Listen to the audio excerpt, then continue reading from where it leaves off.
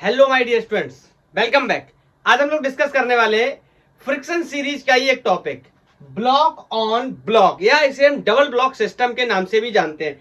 Actually क्या है, बहुत ही कंफ्यूजन है स्टूडेंट के दिमाग में और बहुत ही जल्दी इसके क्वेश्चंस गलत हो जाते हैं। आज के बाद आपका कोई क्वेश्चन इसके रिगार्डिंग गलत नहीं होगा। बस आप इस लेक्चर को देखो, अच्छे से जो बातें मैं बताऊं दिमाग में रखो, कॉन्सेप्ट को क्लियर कर लो, और उसके बाद मैंने एक जेई मेंस 2019 का क्वेश्चन आपके लिए होमवर्क में छोड़ा है। आप उसको सॉल्व करके मेरे को उसका आंसर बताओ। शुरू करते हैं। ब्लॉक ऑन ब्लॉक सिस्टम या double block system friction series का लेक्चर है, and this is the last lecture of the friction series. Okay, मेरे से बोल रहा है, देखो दो बातें इसमें पूछेगा। या तो पूछेगा कि कंबाइंड सिस्टम का एक्सेलरेशन बताओ, या फिर पूछेगा कि इन दोनों के बीच में कितना फ्रिक्शन लग रहा है। क्लियर है? या फिर चलो एक एक करके डिस्कस करते हैं। पहले तो मेरी बात को ध्यान से सुनना, हम कैसे इसके बारे में डिस्कस करेंगे। हम सबसे पहले क्या करेंगे, हम सबसे पहले इस पे लगने वाले सारे फोर्सेस के बारे में डिस्कस कर लेंगे, और हमें यह पता होना चाहिए कि कौन से ब्लॉक पे फोर्स लग रहा है। किसी न किसी ब्लॉक पे फोर्स लग रहा होगा, या हमसे पूछा गया होगा, या लग रहा होगा। तो एग्जांपल के लिए मान लेता हूं कि इस ब्लॉक पे कोई फोर्स लग रहा है F, ठीक है, हमने लगाया। मैं यहां पर बना करके आपको उसको बताता हूं। तो इसका मास कोई M2 है, कुछ भी मान लो, इसका मास कोई M1 है। आप मेरे को एक बात बताओ, अभी जो मैं सरफेस ले रहा हूं ना, जमीन से, ग्राउंड से, उसको स्मूथ ले रहा हूं। अभी मान के चल रहा हूं कि ग्राउंड के साथ कोई भी फ्रिक्शन नहीं है। यहां पर फोर्स लगा, बताओ क्या होगा। ये वाला ब्लॉक आगे जाने की कोशिश करेगा, बोलो, ये वाला ब्लॉक आगे जाने की कोशिश करेगा, लेकिन आपको पता है इन दोनों के बीच में लगने लगेगा क्या, फ्रिक्शन। अरे फ्रिक्शन के लिए मैं गाना बताता हूं। आपने वो गाना सुना ना, छोड़ेंगे ना तेरा साथ और साथ ही मरते दम तक। वहीं से शुरू करेंगे। मतलब जब इस ब्लॉक पे फोर्स लगेगा, ये ब्लॉक आगे जाना चाहेगा, लेकिन ये ब्लॉक क्या करेगा ना, आगे तो नहीं जा सकते, बिकॉज फ्रिक्शन क्या करता है, अपोज करता है स्लाइडिंग का या रिलेटिव मोशन का। बोलो, तो ये कहेगा या तो मुझे भी लेके चलो, बोलो बोलो बोलो बोलो, या तो मुझे भी लेके चलो। तो इस पे लग रहा होगा इस तरीके से, अलग अलग करके अगर मैं बात करूं दोनों ब्लॉक्स को, इस पे F फोर्स लगा तो ये रुका हुआ होगा, मतलब स्लाइडिंग स्टार्ट हो जाएगी। स्लाइडिंग होगी या नहीं होगी, ये बात अभी हम डिसाइड करेंगे। कैसे करेंगे आपको मैं बताऊंगा। तो तब तक के लिए इस पे फ्रिक्शन लगने लगा होगा आगे की तरफ। बोलो, देखो, ये आगे जाना चाहता है, ये रेस्ट पे है, तो ये चाहता है या तो ये आगे ना जाए, बोलो, या फिर मैं भी आगे जाऊं। दोनों एक ही बात है। अगर मैं भी आगे जाऊं तो मतलब ये वाला ब्लॉक इस वाले ब्लॉक पे एक फोर्स लगाएगा, फ्रिक्शन फोर्स आगे की तरफ। लेकिन ये वाला ब्लॉक इस वाले ब्लॉक को क्या करेगा, ये आगे ना जाए, तो इसके लिए पीछे की तरफ एक फोर्स लगाएगा, that will be friction force. बोलो, आगे ना जाए या पीछे ना जाए, इसका मतलब है रुका रहे। रुका रहने का मतलब है, हम लोग बात करेंगे स्टैटिक फ्रिक्शन के मैक्सिमम वैल्यू की, मतलब लिमिटिंग फ्रिक्शन की। बोलो, क्लियर है? तो सबसे पहले हम ये डिसाइड कर लेते हैं कि अगर कब ऐसा होगा कि ये दोनों स्लाइड करेंगे या नहीं करेंगे। तो सबसे पहले मैं आपसे एक बात बोलना चाहता हूं। बोलो, मैं आपसे एक बात बोलूं, अगर ये फ्रिक्शन, ये जो मैंने लगाया है Fs मैक्स, ये जो इस ब्लॉक ने इस पे ऑफर किया था, इस ब्लॉक ने इस पे ऑफर किया है, अगर ये Fs मैक्स F के बराबर हो जाए, समझना मेरी बात को, अगर Fs max should be greater than या इक्वल टू F हो जाए, मतलब F क्या है, F का नाम लिख देता हूं, अप्लाइड फोर्स है, अप्लाइड फोर्स के बराबर हो जाए फ्रिक्शन, या अप्लाइड फोर्स से क्या हो जाए, बड़ा हो जाए। इसका मतलब ये क्या है, बोलो बोलो बोलो, condition, condition for no slipping, no slipping. बोलो, कोई भी स्लिपिंग क्या होगी, नहीं होगी। मतलब ब्लॉक, ब्लॉक क्या करेंगे, ब्लॉक विल मूव टुगेदर। बोलो, ब्लॉक विल मूव टुगेदर, इसका मतलब block will have block will have same acceleration. Block will have same acceleration. बोलो इनका acceleration क्या होगा? सेम. आप कहोगे सर acceleration सेम होगा, मतलब इसको कंबाइंड सिस्टम की तरह मैं ट्रीट करने लगा. ध्यान से सुनना, मैंने इस पे फोर्स लगाया, मैं ये मान के चल रहा हूं इनके बीच में कोई भी स्लाइडिंग नहीं हो रही, मतलब ये एक दूसरे के ऊपर स्लाइड नहीं कर रहे, तो ये साथ में ही चलेंगे. और जब ये साथ में चलेंगे तो ये कंबाइंड सिस्टम किसी एक कॉमन एक्सेलरेशन से मूव करेगा. Is that clear? किसी कॉमन एक्सेलरेशन से मूव करेगा. तो बताओ उस कॉमन एक्सेलरेशन की अगर वैल्यू निकालनी हो तो यहीं से कैरी करता हूं. बोलो एफ एस की वैल्यू क्या होती है? Mu S times of normal reaction और अप्लाइड, ये क्या है? ग्रेटर देन और equal to the applied force. Applied force क्या होता है? M A. बोलो एम ए. इसका मैंने क्या मान लिया है? कॉमन एक्सेलरेशन है. बोलो ए क्या मान लिया इसका? कॉमन एक्सेलरेशन है. बोलो और एम की वैल्यू कितनी होती है? एम जी इस पर्टिकुलर कंडीशन में. बोलो बोलो. तो mu S M G is greater than M. तो यहां से एम से एम क्या हो गया? एलिमिनेट. बोलो इसका मतलब यहां से साफ साफ देखोगे तो acceleration should be less than या equal to mu s. Mu s मतलब स्टैटिक फ्रिक्शन का कोफिशिएंट. बोलो या ए की वैल्यू को ही मैं लिख सकता हूं क्या? Mu S G. अगर इक्वल टू का साइन लगाऊं सबसे मिनिमम वैल्यू कितनी हो जाएगी? बराबर, या तो हमेशा ये बड़ा होना चाहिए. बोलो एक दूसरा और भी तरीका हो सकता है कि कंबाइंड सिस्टम को F equal to M A से भी निकाल सकते हैं. और इस पे पूरे सिस्टम पे मैं क्या मान ले रहा हूं? फोर्स F लग रहा है और M की वैल्यू कितनी है? m1 plus m2.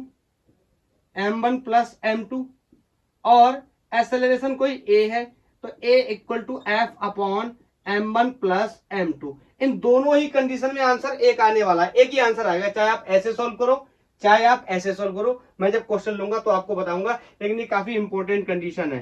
Condition for no slipping का मतलब क्या है? Acceleration should be equal to mu s into g, या इससे लेस देन होना चाहिए. बोलो तभी दोनों क्या करेंगे? साथ में चलेंगे.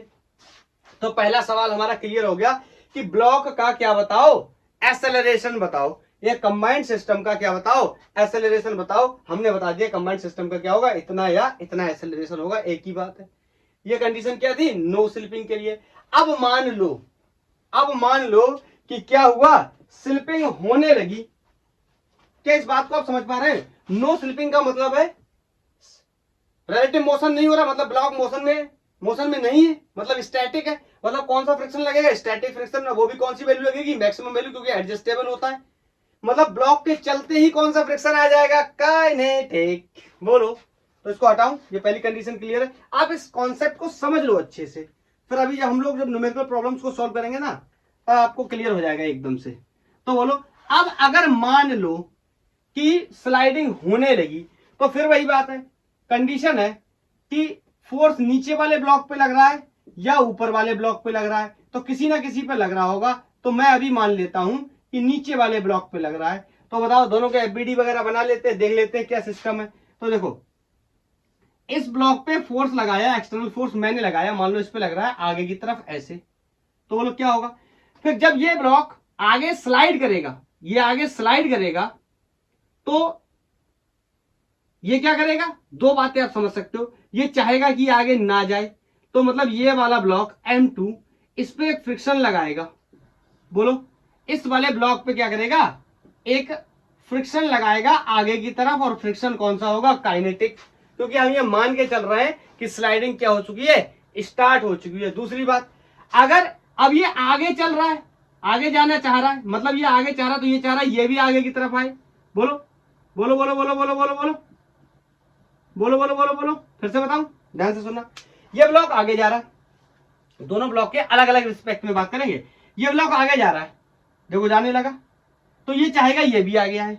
ठीक, तो मैंने इस पे एफ के लगा दिया, और एफ की वैल्यू आपको पता है mu times of normal reaction, और यहाँ वैल्यू कोई m1 है, तो यहाँ से म्यू के और m इसकी वैल्यू कितनी होगी? m1 इंटू जी. अगर यहां से मैं डिसाइड करने की कोशिश करूं क्या? नॉर्मल रिएक्शन की वैल्यू.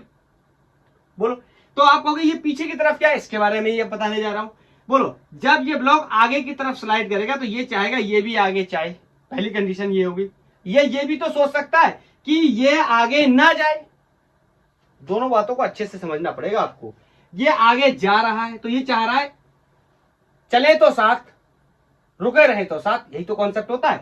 तो ये आगे चलने की कोशिश कर रहा है, तो इसने सोचा कि मैं इसको क्या करूंगा, मैं माने M2 इसको लेके जाऊंगा, तब इसने आगे फोर्स लगा लिया। अब इसके पॉइंट ऑफ व्यू से सोचो, इसके पॉइंट ऑफ व्यू से M1 से ये जा रहा है आगे की तरफ, तो ये क्या चाहेगा, ये क्या चाहेगा, ये ना जाए, मतलब ये पीछे की तरफ फोर्स लगाएगा। कितना, काइनेटिक फ्रिक्शन। और बोलो काइनेटिक फ्रिक्शन की वैल्यू कितनी होती है, mu times of normal reaction. और म्यू की वैल्यू कितनी हो जाएगी इस केस में, म्यू के कोफिशिएंट ऑफ काइनेटिक फ्रिक्शन।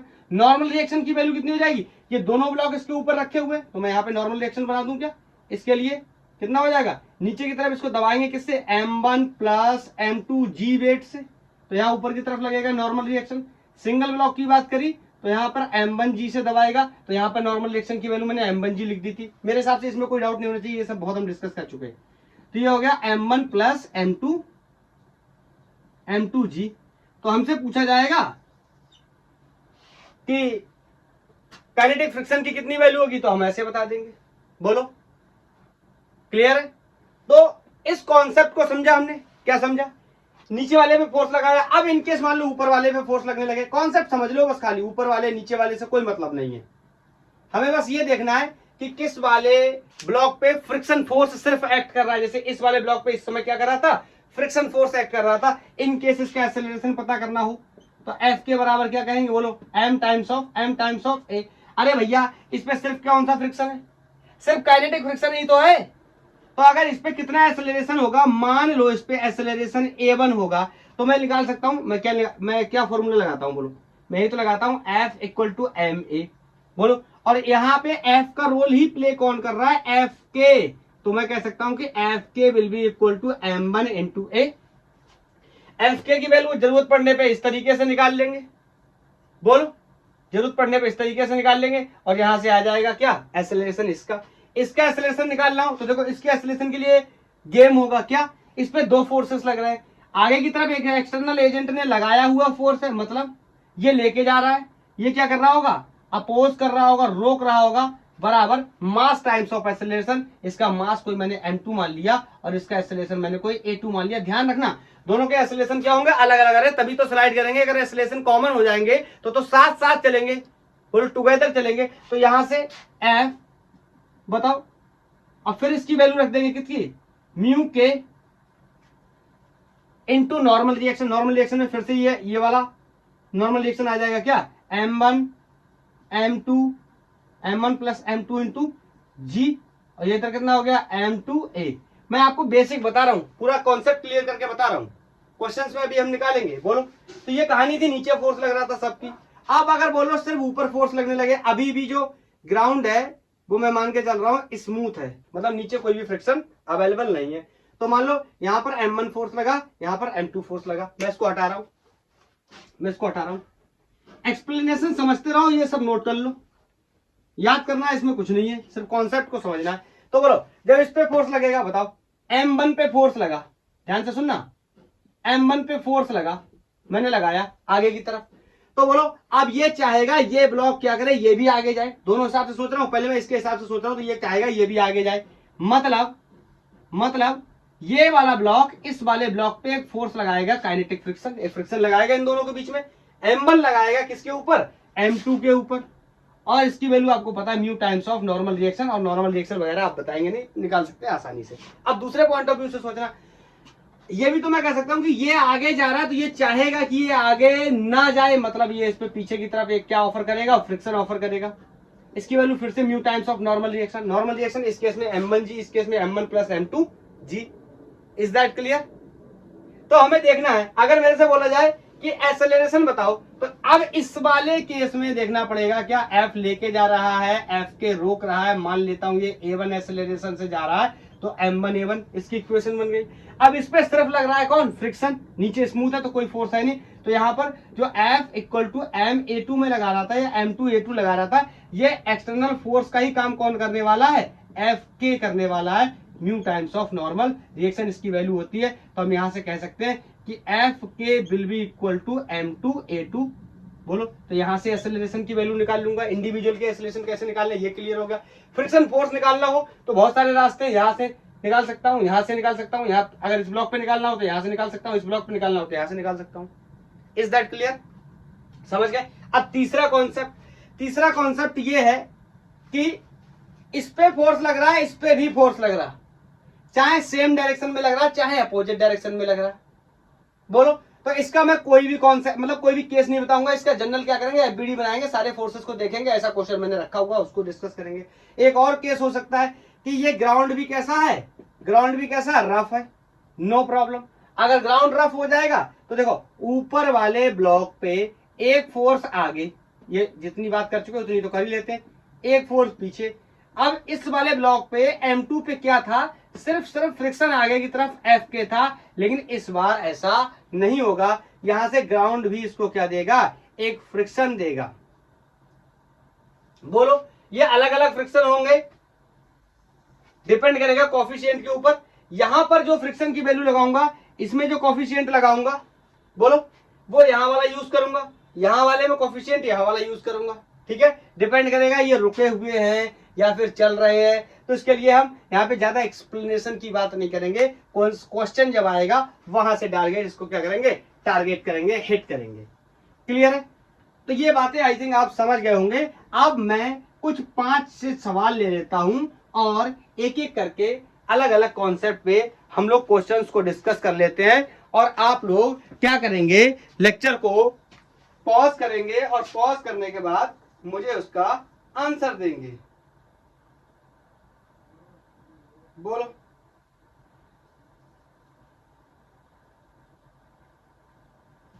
मैं क्वेश्चन को बना के नोट करता हूं, थोड़ा टाइम सेव हो जाएगा।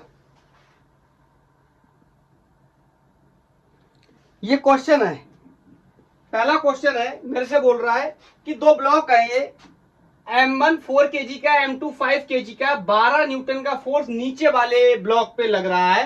For sliding the block A on B, the horizontal force is 12 Newton is required to be applied on it। Sliding के लिए 12 न्यूटन का फोर्स रिक्वायर्ड है। कह रहा how much horizontal force can be applied on the B, B पे कितना horizontal force लगाऊं ताकि क्या हो जाए कि so that both A and B move together and also find the acceleration produced by force। I think question आपने पढ़ लिया, क्वेश्चन को समझ लिया, ट्राई कर लेंगे, पॉज करके ट्राई करें, 1 2 3 कर लिया ट्राई। अब देखते हैं क्या होता है। बोल रहा है कि स्लाइडिंग हो रही है इनकी। देखो सबसे पहली बात, मेरे को इसमें कोफिशिएंट ऑफ फ्रिक्शन की वैल्यू दे रखी, तो सबसे पहले मुझे कोफिशिएंट ऑफ फ्रिक्शन की वैल्यू निकालनी पड़ेगी। तो इनका क्या करते हैं, इनसे बात करते हैं, ब्लॉक से एफबीडी बनाते हैं, मतलब बात करते हैं इनसे। बोलो, ये 5 kg का ब्लॉक है, इस पे 12 न्यूटन का फोर्स लग रहा है, मतलब इसको खींच के क्या कर रहे हैं, लेके जा रहे हैं। तो बोलो ये वाला ब्लॉक क्या चाहेगा, ये भी मेरे साथ चले, मतलब इस वाले ब्लॉक पर भी क्या लगेगा, एक फ्रिक्शन फोर्स लगेगा। एंड ऑफ कोर्स क्वेश्चन ने डिक्लेयर कर दिया है कि क्या हो रहा है, स्लाइडिंग हो रही है, तो यहाँ पे एफ के लगेगा। आप ऐसे भी सोच सकते हो कि ये आगे जा रहा है 4 kg, तो ये चाहेगा कि ये रुका हुआ है 4 kg, तो ये चाहेगा ये भी रुका रहे, तो ये भी इसको ऑफर करेगा क्या, एक फ्रिक्शन पीछे की तरफ। क्लियर है? हमारा काम क्या है, हमें यहाँ पर और एक हॉरिजॉन्टल फोर्स लगाना है, बी के ऊपर ही लगाना है। कितना फोर्स लगाना पड़े, हमसे कह रहा है कितना फोर्स लगाना पड़े ताकि ये दोनों साथ में चले। साथ में चलने का मतलब आपको याद आया, साथ में चलने का मतलब आपको याद आया, अभी हमने डिस्कस किया था साथ में चलने का क्या मतलब होता है। क्लियर? तो पहले कोफिशिएंट ऑफ फ्रिक्शन की वैल्यू निकाल लेते हैं। बताओ, इस ब्लॉक से बात करें तो इसमें एफ के ही किसके बराबर हो जाएगा, बोलो। अरे एफ के किसके बराबर होता है, म्यू के टाइम्स ऑफ नॉर्मल रिएक्शन। बोलो। और ये जो 12 न्यूटन का फोर्स लगाया है, यही किसके बराबर हो जाएगा, एफ के बराबर। अरे भैया और कोई फोर्स है नहीं, 12 न्यूटन का यहां लगाया है और स्लाइडिंग चल रही है, इसका मतलब यही किसके बराबर हो गया, 12 न्यूटन के बराबर। इसका मतलब 12 newton is equal to mu K. Normal reaction की वैल्यू इस क्वेश्चन के लिए कितनी हो जाएगी, 4g। अरे यार अब ये सब मैं मान के चल रहा हूं, आपको पता होगा। ठीक है, तो यहां से ये हमारा कितना हो गया, 3। बोलो, तो यहां से 3/g वैल्यू किसकी हो गई, म्यू के की। कोफिशिएंट ऑफ काइनेटिक फ्रिक्शन मुझे मिल गया। बोलो अब मुझे क्या करना चाहिए, बोलो बोलो बोलो। अब मुझे क्या करना चाहिए, हटाऊं, अब इसको तो हटा ही देता हूं। बोलो अब मुझे क्या करना चाहिए, अब मुझे इस ब्लॉक से बात करनी चाहिए। क्यों बात करनी चाहिए भैया, इस पर जो फ्रिक्शन लगा है, मैंने कॉन्सेप्ट बताया था आपको, इस पर जो फ्रिक्शन लग रहा है वो फ्रिक्शन अप्लाइड फोर्स के क्या हो जाए, बराबर हो जाए। बोलो तो क्या होगा, नो स्लाइडिंग होगी। बोलो क्या होगा, नो स्लाइडिंग होगी। दोनों क्या करेंगे, टुगेदर मूव करेंगे। बोलो बोलो बोलो बोलो। तो क्या करेंगे, दोनों टुगेदर मूव करेंगे। तो मतलब इस पे लगा हुआ फ्रिक्शन अगर मैं कैलकुलेट कर लूं तो मैं कह सकता हूं क्या, एफ के will be mu times of normal reaction. Clear है। और कोफिशिएंट ऑफ काइनेटिक फ्रिक्शन की वैल्यू मुझे पता है, स्टैटिक फ्रिक्शन की नहीं पता, तो हम इसमें यही कंसीडर कर लेंगे कि काइनेटिक फ्रिक्शन और स्टैटिक फ्रिक्शन की वैल्यू क्या है, सेम। दूसरे कंडीशन की बात कर रहा हूं, क्या किसकी बात कर रहा हूं, एफ एस मैक्स लगेगा। बोलो बोलो बोलो बोलो बोलो, अरे बोलो, तभी तो ये साथ में चलेंगे। बोलो, और नॉर्मल रिएक्शन की वैल्यू इस वाले ब्लॉक के लिए कितनी हो जाएगी, ये नोट कर लिया। यहां से बताओ, ये दोनों एक दूसरे के ऊपर रखे हुए, यहां बता देता हूं, ये दोनों एक दूसरे के ऊपर रखे हुए, तो इसके लिए नॉर्मल रिएक्शन की वैल्यू कितनी हो जाएगी, M1 M2, बोलो M1 प्लस M2 जी। ये हो गई नॉर्मल रिएक्शन की वैल्यू इस वाले ब्लॉक के लिए। बोलो इस पे जो फ्रिक्शन लग रहा है, इस पे जो फ्रिक्शन लग रहा है उसमें जो नॉर्मल रिएक्शन की वैल्यू लगानी है वो मुझे कितनी लगानी है, म्यू की वैल्यू कितनी है, यहां से निकाल ली मैंने 3/G, और नॉर्मल रिएक्शन की वैल्यू कितनी हो गई, M1 plus M2 into G। बोलो, और मैंने अभी अभी आपको बताया था, या प्रीवियस कंडीशन में भी आपने देखा होगा कि जो एफ एस मैक्स है शुड बी ग्रेटर और equal to the applied force. अरे बोलो भैया, तभी तो होता था। इसका मतलब यही क्या हो सकता है, हमारा अप्लाइड फोर्स हो सकता है, यही फोर्स हमें लगाना है। क्लियर है। दो चार सवाल ऐसे देखते चले आओ, बिल्कुल कॉन्सेप्ट क्लियर हो जाएगा। 3/G, बोलो M1 4 M2 5, तो यहां पे लिख लेता हूं कितना 9 इंटू जी से जी मर गया, और फोर्स की वैल्यू कितनी आ गई 27 न्यूटन। इतना फोर्स मुझे चाहिए। कह रहा है एक्सेलरेशन बताओ, आपको मैंने तरीका भी बताया था। दोनों को क्या कर लो, एक कंबाइंड सिस्टम की तरह ट्रीट कर लो। अगर दोनों एक साथ चलेंगे, बोलो इसका मतलब इन पे कोई कॉमन फोर्स क्या लग रहा होगा, एफ लग रहा होगा, जो कि कितना 27। तो F equal to M1 plus M2 into A, F equal to M A होता है। बोलो, तो यहाँ पे इसकी वैल्यू कितनी है 27 इक्वल टू, इन दोनों को जोड़ा 4 और 5 कितने हो गए 9 इंटू ए। बोलो, तो ए की वैल्यू कितनी आ गई 3 मीटर पर सेकेंड स्क्वायर। क्वेश्चन मेरा सॉल्व हो गया। बोलो बोलो बोलो बोलो। एक बात मैंने आपको और भी बताई थी, मैंने क्या बताया था, मैंने कहा था कि एक्सेलरेशन की value should be less than और equal to mu s into g. याद आया, मैंने कहा ये कंडीशन क्या होती है फॉर, ये कंडीशन क्या होती है फॉर नो स्लिपिंग या टुगेदर मोशन। इसका मतलब a should be equal to mu s into g. Coefficient of static friction और कोफिशिएंट ऑफ काइनेटिक फ्रिक्शन को क्या कर रहे हैं, सेम ट्रीट कर रहे हैं। इसका मतलब ये कितना हो गया 3/G। बोलो, अरे अभी अभी निकाला था, पीछे देख लो, इंटू जी। तो जी से जी क्या हो गया, मर गया। ए की वैल्यू कितनी आ गई 3 मीटर पर सेकेंड स्क्वायर। मैंने आपको बताया था, चाहे आप ऐसे निकाल लेना या चाहे आप ऐसे निकाल लेना, वैल्यू क्या आने वाली है, सेम ही आने वाली है, क्योंकि कॉन्सेप्ट क्या है, सेम कॉन्सेप्ट है। बोलो, नेसेसरी कंडीशन भी मैंने आपको बताई थी। बोलो, मैं नेक्स्ट क्वेश्चन को नोट करता हूं। ये नेक्स्ट क्वेश्चन है। अब इस बार देखो, दो ब्लॉक्स रखे हुए हैं और ऊपर वाले ब्लॉक पे फोर्स लगाया गया, प्रीवियस केस में हमने नीचे वाले पे लगाया था। ऐसे सारे वैरायटी क्लियर कर लेंगे। बोलो, मेरे से बोल रहा है कि coefficient of static friction between the block, ये कोई ब्लॉक है, ये क्या है, स्लैब है। ब्लॉक एंड स्लैब के बीच में जो स्टैटिक फ्रिक्शन का कोफिशिएंट है दैट इज 0.6, एंड अगर इनके बीच में इन केस स्लाइडिंग होती है तो इन दोनों के बीच में जो कोफिशिएंट ऑफ काइनेटिक फ्रिक्शन है दैट इज 0.5, और कर रहा है the resultant acceleration of slab कितना होगा।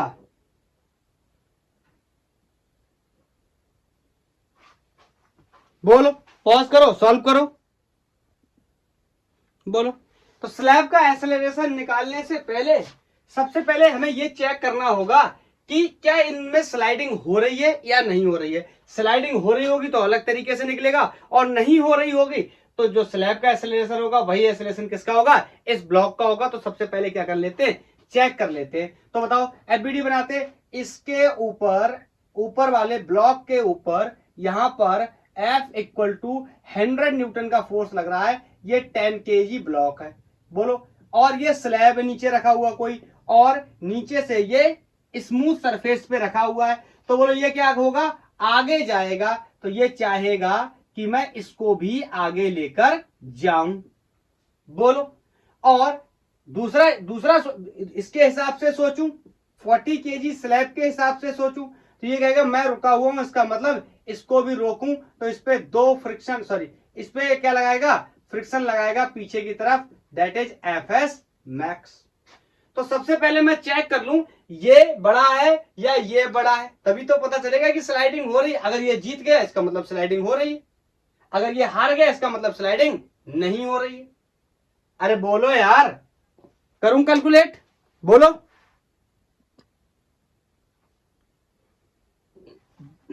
कर लिया, ओके।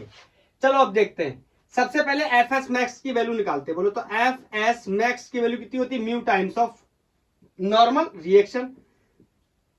Fs मैक्स म्यू की वैल्यू, अब बोलो कौन सा लगाएंगे, म्यू है कोफिशिएंट ऑफ स्टैटिक फ्रिक्शन, इसकी वैल्यू 0.6 क्वेश्चन में गिवन है, बोलो।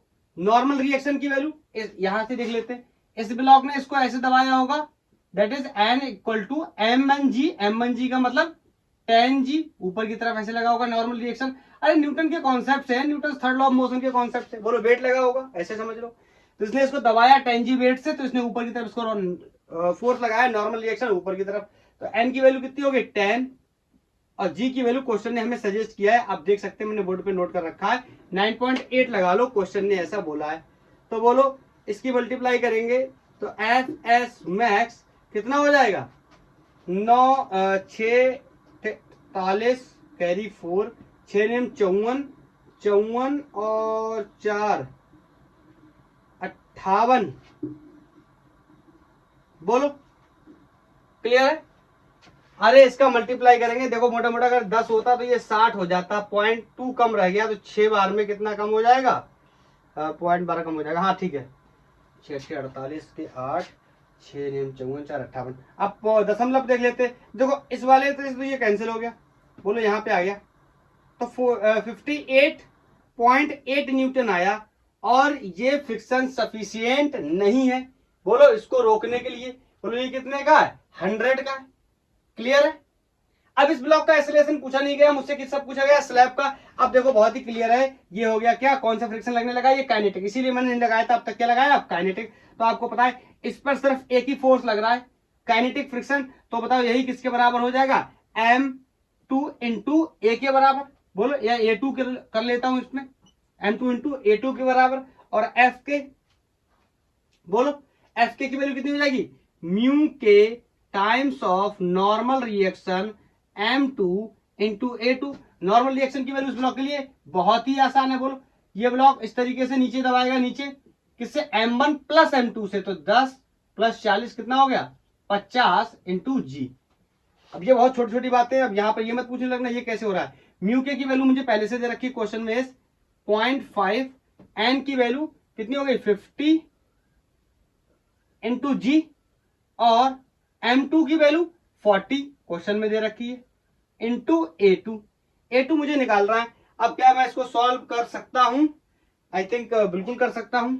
ये एक जीरो से ये एक जीरो चला गया, यहां पे ऊपर कैलकुलेशन कर देता हूं, यहीं पे कर देता हूं। तो ये कितना हो गया 25, तो ये हो गया 2.5 इंटू डिवाइड बाई 4, इस 4 को लाके डिवाइड कर दिया, into G is equal to A2। अब यार इसको सॉल्व नहीं कर पाओगे क्या, इसने जानबूझ के जाम ताम कर दिया, नहीं तो हमारे लिए ये बहुत ही आसान था। अब इसकी वैल्यू हमें रखनी कितनी 9.8, ठीक है। 25 10 होता, मोटा मोटा सोच के सॉल्व करो, मोटा मोटा अगर ऐसे सॉल्व करो, मान लो ये 10 होता तो ये 25 हो जाता।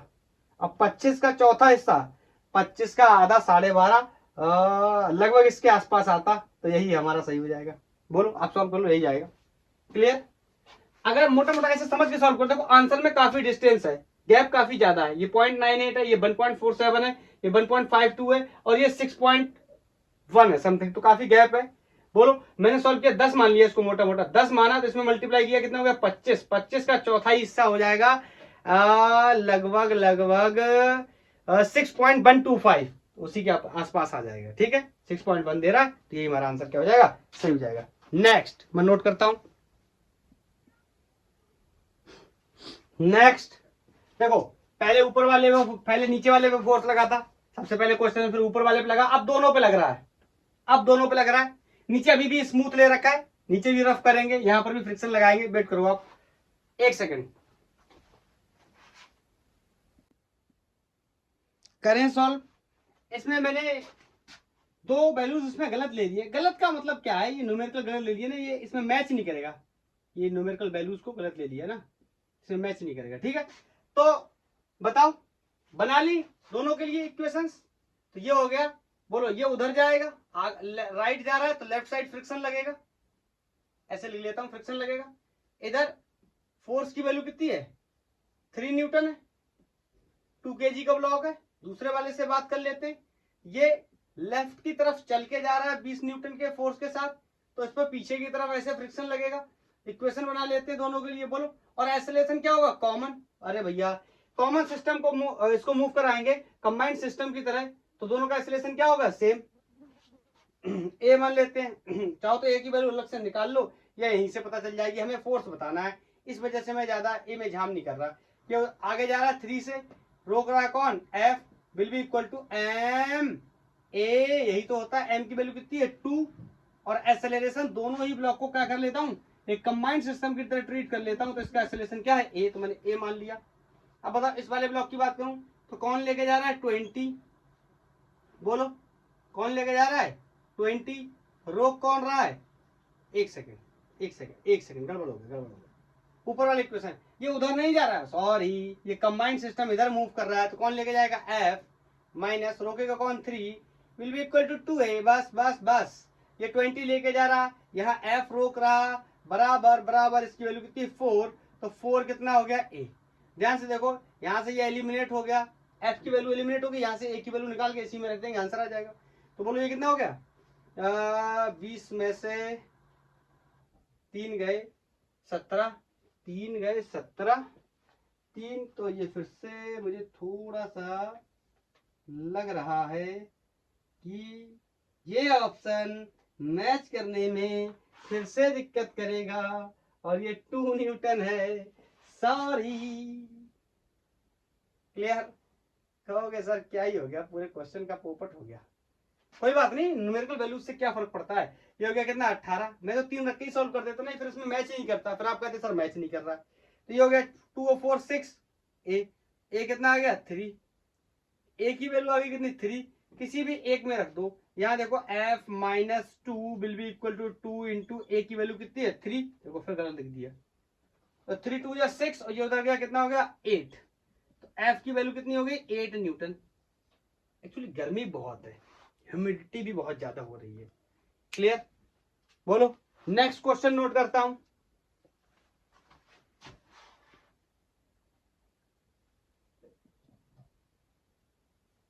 ये नेक्स्ट क्वेश्चन है, बोल रहा है, इस बार देखो क्या है क्वेश्चन को देखोगे, ये 2 kg का ब्लॉक है, ये 8 kg का ब्लॉक है, इसका नाम कोई ए है, इसका नाम कोई क्या है बी है, नीचे वाले पे 10 न्यूटन का फोर्स लग रहा है। वेरी इंटरेस्टिंग, इस बार ये जो ग्राउंड है या जो सरफेस नीचे का है ये कैसा रफ है, कैसे समझते हैं। The coefficient of friction between the block B and the floor is 0.5, मतलब यहाँ का जो कोफिशिएंट है फ्रिक्शन का दैट इज 0.5, और बोल रहा है the coefficient of friction between the block A and B is 0.4, मतलब जो यहाँ का कोफिशिएंट है दैट इज 0.4। आगे समझते हैं क्या कह रहा है, बोल रहा है find the force between A and B, मतलब यहाँ के बीच का, इन दोनों के बीच में जो फ्रिक्शन लग रहा है उस फ्रिक्शन फोर्स की वैल्यू को मैं बता रहा हूं। मैं सॉल्व करूं, नहीं पहले आप पॉज करो, 1 2 3 सॉल्व सॉल्व सॉल्व। ओके देखते हैं, अभी नोट मत करना, ठीक है।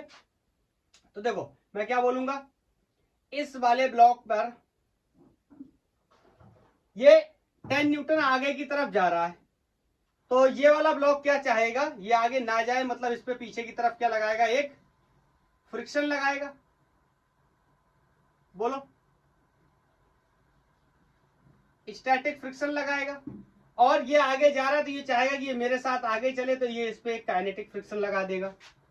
बोलो, अब मेरे से कह रहा है कि इन दोनों के बीच के फ्रिक्शन की वैल्यू बताइए, मतलब मुझे स्टैटिक फ्रिक्शन की वैल्यू बता दूं। देखो ये चल रहा है, ये नहीं चल रहा है, ये बाद में डिसाइड करते हैं ना, इसीलिए मैं यहाँ पे आपको पहले मैं ये आपको सिर्फ ये बता देता हूँ कि यहाँ पर ये भी ये क्या करेगा, फ्रिक्शन लगाएगा। अब अगर आपको ये पता करना है कि स्लाइडिंग हो रही है नहीं हो रही, तो क्या करना है, इसकी वैल्यू निकालनी है। अगर वो 10 से कम आती है तो नहीं हो रही, 10 से ज्यादा आती तो हो रही है। हमारा मुद्दा वो है नहीं, हमारा मुद्दा है इन दोनों के बीच में फोर्स बताने का। तो जनरली लोग कैसे सॉल्व करते हैं, इसमें क्या गलती करते हैं, मैं आपको वो बता रहा हूँ।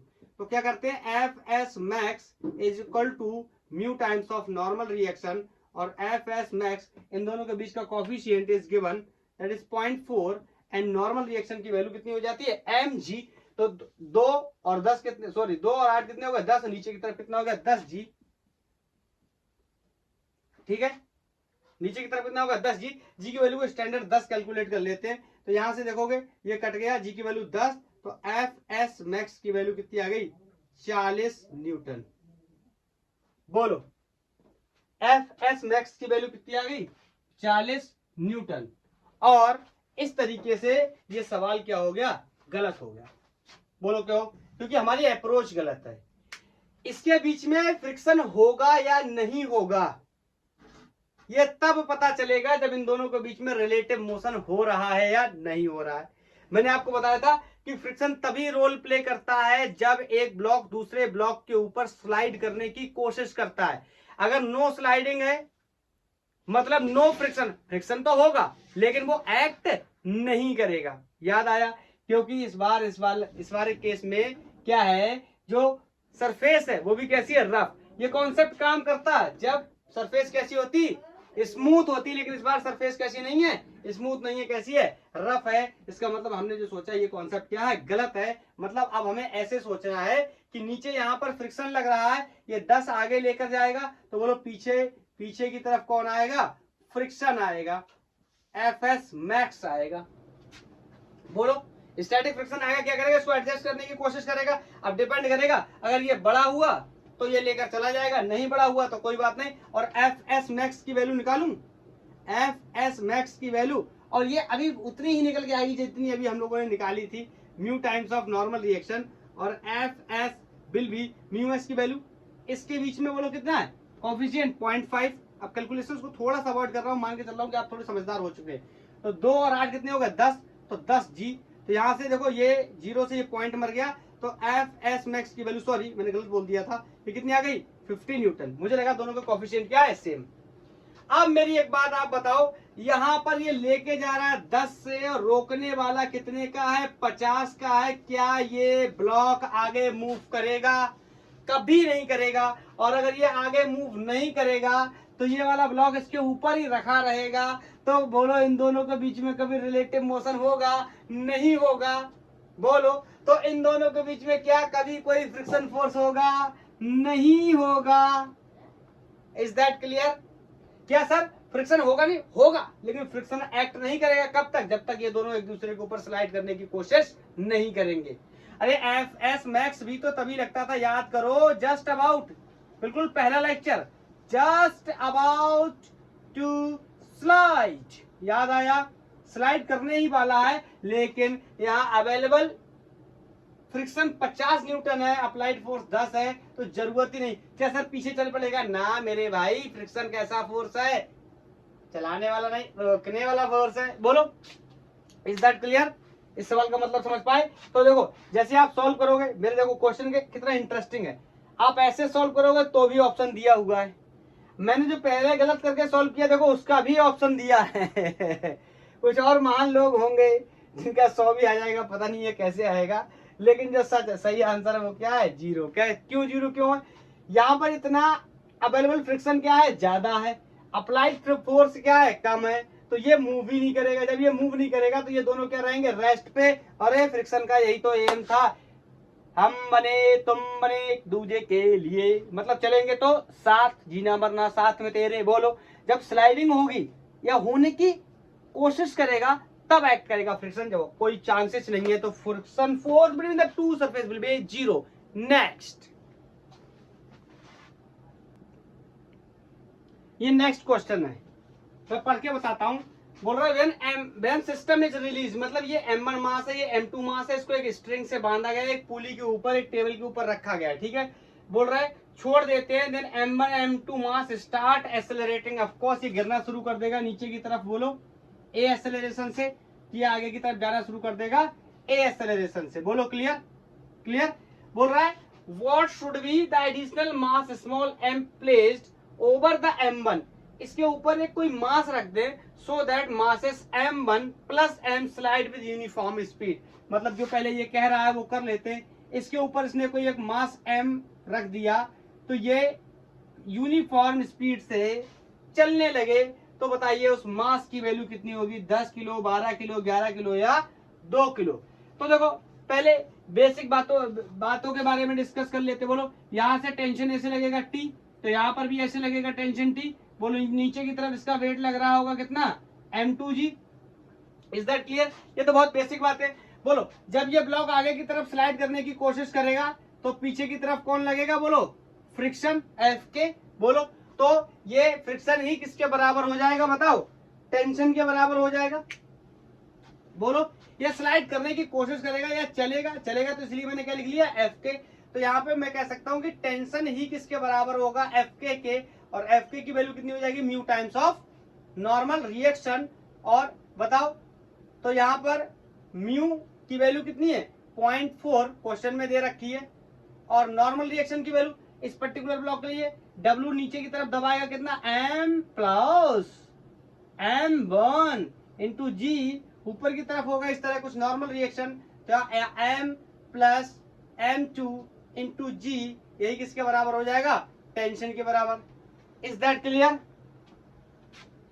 बोलो इज दैट क्लियर? और ये पहली इक्वेशन बना दी मैंने। दूसरी इक्वेशन में लेता हूं, फॉर यूनिफॉर्म स्पीड। अरे भैया कांस्टेंट वेलोसिटी है, बोलो ये m2 से नीचे गिरेगा, t क्या करेगा, रोकेगा, बराबर मास टाइम्स ऑफ एक्सेलरेशन 0, क्योंकि यूनिफॉर्म स्पीड है। इसका मतलब टेंशन की ही वैल्यू कितनी है, m2g है, उठाकर यहां रख दो, तो m2g will be equal to 0.4। m1 की वैल्यू आई थिंक क्वेश्चन में मुझे गिवन होगी, मैंने नोट नहीं किया है इसको, 4 और 6, तो ये वैल्यू है 4, ये वैल्यू है 6, इसलिए मैंने नीचे गिरा दिया, ठीक है।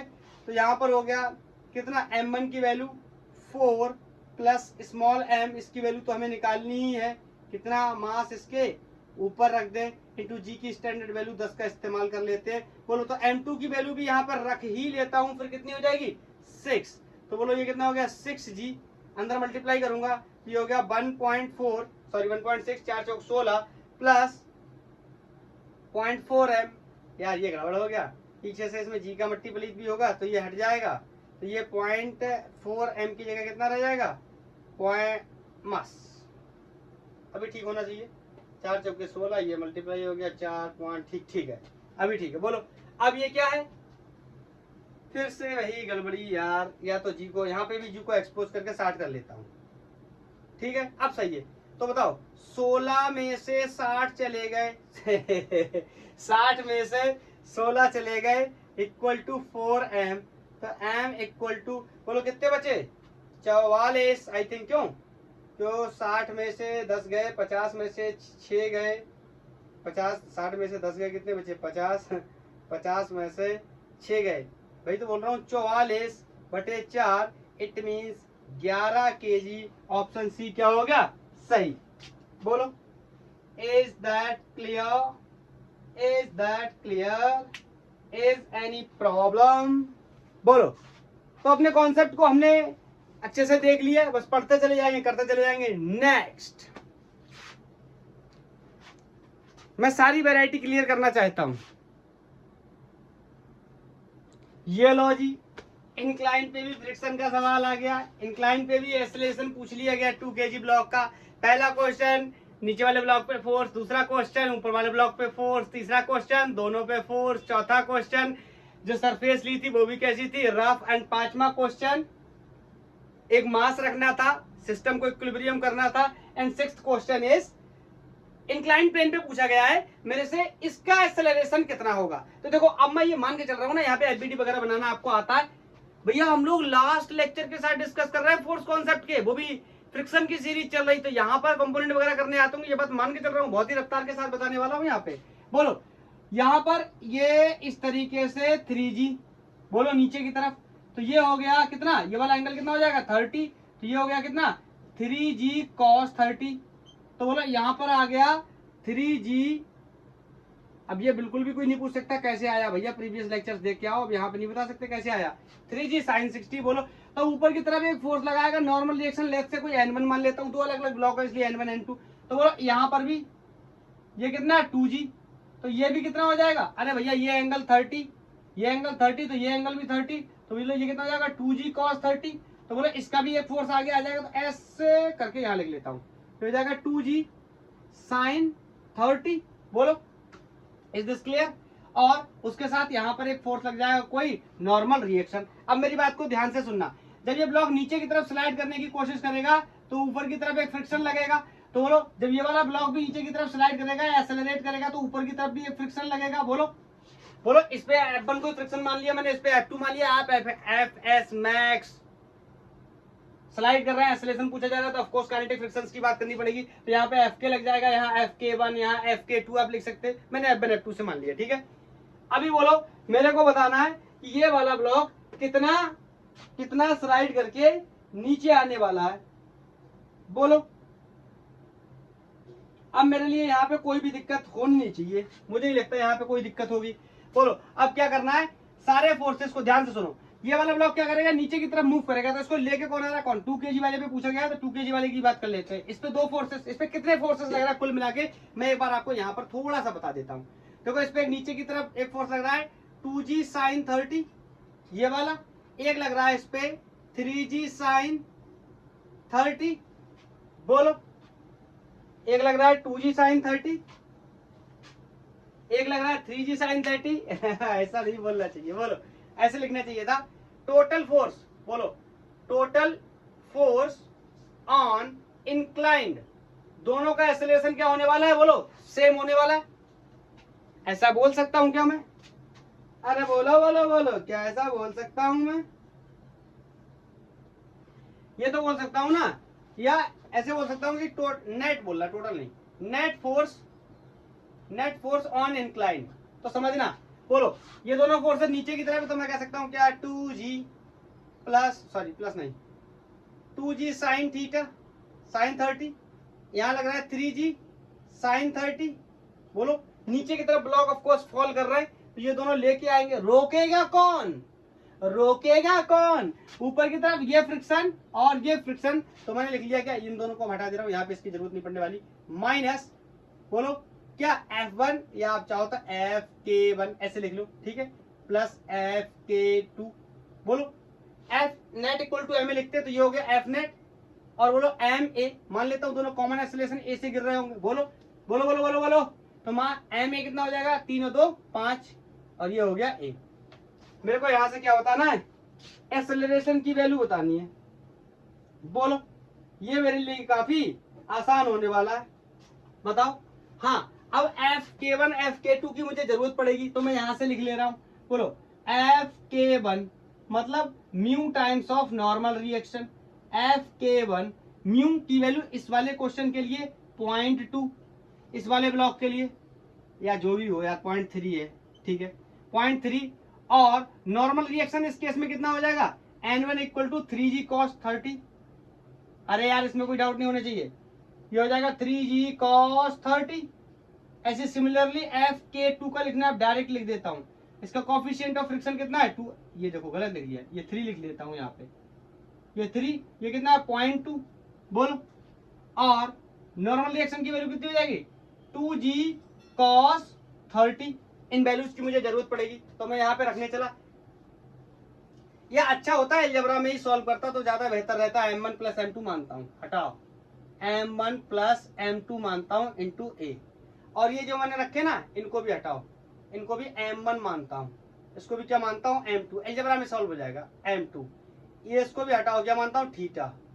एक क्वेश्चन का बेस भी बन जाएगा, मतलब जो लोग फॉर्मूला चाहते हैं उनके लिए फॉर्मूला भी बन जाएगा। ये m1 ये m2, थीटा सब में 30। तो यहाँ से बताओ a की वैल्यू कितनी आ गई, ध्यान से देखो, ये कितना हो गया m1 g sine theta plus m2 sine theta, बोलो, माइनस एफ के वन और एफ के टू की वैल्यू को रखूंगा, शायद जगह कम पड़ जाए, देख लेता हूं फिर भी मैनेज करके। बोलो, एफ के वन के लिए कितना रखूंगा म्यू वन, और मान लेता हूं म्यू वन की वैल्यू कितनी है 0.3, और इसको मान लेता हूं म्यू टू की वैल्यू कितनी है 0.2, तो यहां रखूंगा कितना mu one m1 cos theta plus mu two m2 cos theta. m1 भी पता है 3, m2 भी पता है कितना 2, म्यू वन भी पता है कितना 3, म्यू टू भी पता है कितना 2, अपॉन इसको डिवाइड कर दूं किससे m1 प्लस m2 से, ये क्या हो गया डिवाइड, तो ये हो गया एक्सेलरेशन। बोलो, अब ये फॉर्मूला भी बनकर तैयार हो गया, जो लोग फॉर्मूला लर्निंग के शौकीन हैं उनके लिए फॉर्मूला हो गया इंक्लाइंड प्लेन पे। इंक्लाइंड प्लेन पे एक्सेलरेशन बताना है किसी ब्लॉक का, वो भी कैसा डबल ब्लॉक सिस्टम में, तो ऐसे बता सकते हैं। अब सारी वैल्यूज को भरना है, m1 पता है, g पता है, साइन थीटा की वैल्यू 30 पता है, m2 पता है, साइन थीटा की वैल्यू पता है, u1 पता है, μ2 पता है, m1 पता है, m2 पता है, सब कुछ पता है, और सारी वैल्यूज को डाल करके जब हम सॉल्व करेंगे तो इसकी वैल्यू 2.68 मीटर पर सेकंड स्क्वायर आ जाएगी, जो कि सबसे नियर अबाउट अप्रोक्स इसके होगी, तो इसको क्या कर देंगे टिक कर देंगे। बोलो, इज दैट क्लियर? आप मेरे से यही कह सकते हैं सर सॉल्व करो, मेरा टाइम जाएगा, आपने सारी वैल्यू रखनी है, यही आने वाला। और हाँ, आप मेरे को बता भी देना ये आया या नहीं आया। बोलो नेक्स्ट, ये नेक्स्ट क्वेश्चन है, ये जेईई मेंस 2019 में पूछा गया था। ये दो ब्लॉक है, ये ब्लॉक किसी टेबल पे रखा है, तो ध्यान से सुनना, ये टेबल भी इस बार कैसा रफ है, जिसका कोफिशिएंट ऑफ फ्रिक्शन 0.2 है। इन दोनों ब्लॉक्स के बीच का जो कोफिशिएंट ऑफ फ्रिक्शन है दैट इज आल्सो 0.2। इसका मास 1 kg है, इसका मास 3 kg है। बोल रहा था मैक्सिमम फोर्स F, इस F की वैल्यू बताओ, the maximum force F that can be applied on B horizontally so that the block A does not slide over the block B। आपको क्लियरली पता है ना स्लाइड करने की कंडीशन क्या होती है, और इंपॉर्टेंटली ऐसा क्वेश्चन मैंने आपको एक कराया था, लेकिन यहां पर मैंने फ्रिक्शन पूछा था। इन दैट केस, इस केस में यहां फ्रिक्शन ना पूछिए, इस फोर्स की वैल्यू मुझसे पूछी गई है। तो बोलो, इसको सॉल्व करना है आपने, और सॉल्व करके बताना है। ये होमवर्क का सवाल है जेईई मेंस 2019 का, और इसका आंसर आपने मेरे को बताना है 16 आएगा। आपने मेरे को बताना है क्या 16 आया या नहीं आया। तो आप बोलेंगे मैंने बोल रहा है, आपने कैसे करके बता रहा है आया, आपने लिखना आया, या नहीं आया तो आपने लिखना नहीं आया। क्लियर? ओके, 16 आया या नहीं आया। हाँ, अब मैं थोड़ी सी हिंट दे देता हूं। मैंने क्या बताया था, क्या करेंगे एफबीडी बना लेंगे इस ब्लॉक पे। बोलो, ये फोर्स एफ लग रहा है आगे की तरफ, तो यहाँ पे फ्रिक्शन फोर्स लग रहा होगा पीछे की तरफ। अब ये एफ आगे जाना चाहता है, तो ये क्या करेगा, ये इसको रोकना चाहेगा, इसको पीछे की तरफ फोर्स लगाएगा, या ये वाला आगे जाना चाहता है तो ये इसको भी आगे ले जाना चाहेगा। इस तरीके से मैंने आपको कंडीशंस बताई हैं। आप एफबीडी बनाइए, सारे ब्लॉक पे फोर्सेस लिखिए और सॉल्व करिए, और आपको मिल जाएगा कितना 16 न्यूटन का आंसर। आप मेरे को बताना कि आया या नहीं आया। इस तरीके से बेचारा फ्रिक्शन खत्म होता हुआ। फ्रिक्शन के साथ साथ समझना, मैं आपको 1 मिनट की एक समरी देके जाता हूं, हम लोगों ने अभी तक क्या पढ़ लिया। देखो, किसी पार्टिकल को हमने चलाया था, यह सबसे पहले उस पार्टिकल का हमने डायमेंशन नापा था कि डायमेंशन पार्टिकल का लंबाई चौड़ाई ऊंचाई क्या है। उसके बाद हमने देखा था उसमें कोई एरर तो नहीं आ गई नापने में। चैप्टर्स के नाम बोल रहा हूं, ध्यान से सुनना, एरर तो नहीं आ गई। अगर एरर आ गई तो उसका रेजोल्यूशन कर लेते हैं, और उसके बाद फिर हमने क्या कहा था, चलो नाप कूद तो हो गई, अब इसको चलाते हैं। फिर मैंने इसको धक्का मार दिया था। काइनेमेटिक्स के बारे में पढ़ाई करें, धक्का मारा, लेकिन धक्के की बात नहीं करेंगे। सिर्फ कॉज की बात करेंगे, कॉज की बात नहीं करेंगे, इफेक्ट्स की बात करेंगे, मतलब एक्सीलरेशन निकालेंगे, वेलोसिटी निकालेंगे, डिस्टेंस निकालेंगे, स्पीड डिस्प्लेसमेंट निकालेंगे, स्पीड निकालेंगे, ऑल निकाला, मतलब 1D की बात कर रहा हूं। उसके बाद ऑब्जेक्ट को मैंने हवा में फेंक दिया तो मैंने 2D में मोशन की बात कर ली, बोलो बोलो, काइनेमेटिक्स की बात कर रहा हूं। फिर मैंने वेक्टर नाम की कोई चीज होती है कि क्वांटिटी 2 प्रकार की होती है, उनका डिस्कशन भी कर लिया। फिर मैंने देखा कि ऑब्जेक्ट चला क्यों था, मतलब इस पे speed, velocity, acceleration, distance, displacement क्यों आया था, मैंने बात कर ली। फोर्स कॉन्सेप्ट की, I am talking about the dynamics, cause of the motion, मेरे को पता चल गया था कौन है, फोर्स है, मैंने फोर्स की बात कर ली। फोर्स भी 2 तरीके के मैंने सीख लिया, डिटेल एक्सप्लेनेशन में जा रहा हूं। 2 तरीके का मतलब, एक फोर्स हमने जो लगाने वाला फोर्स था वो सीख लिया, एक हमने स्पेशल फोर्स के बारे में पढ़ाई कर ली, फ्रिक्शन के बारे में। बोलो अब क्या हुआ, पार्टिकल को मैंने फोर्स लगाया, धक्का दिया है, पार्टिकल आगे गया है, फोर्स भी लगा, पार्टिकल आगे भी गया है, मतलब पार्टिकल पे फोर्स लगा है, पार्टिकल आगे भी गया है, डिस्प्लेसमेंट भी कवर किया है, मतलब क्या होने वाला है, वर्क बनने वाला है। मतलब नेक्स्ट लेक्चर हम नेक्स्ट टॉपिक किसकी बात करने वाले, वर्क पावर एंड एनर्जी की बात करेंगे। नया लेक्चर हमारा स्टार्ट होगा वर्क पावर एनर्जी से, और यहां तक हमने फ्रिक्शन की पढ़ाई या फोर्स कॉन्सेप्ट की पढ़ाई को कंप्लीट कर लिया। तो आप चाहे तो मुझे बता सकते हैं कि आपको कैसा लगा, ठीक है। ओके, थैंक यू, धन्यवाद। आज के लिए इतना ही। अगर आपका कोई सजेशन है तो आप मुझे बता सकते हैं।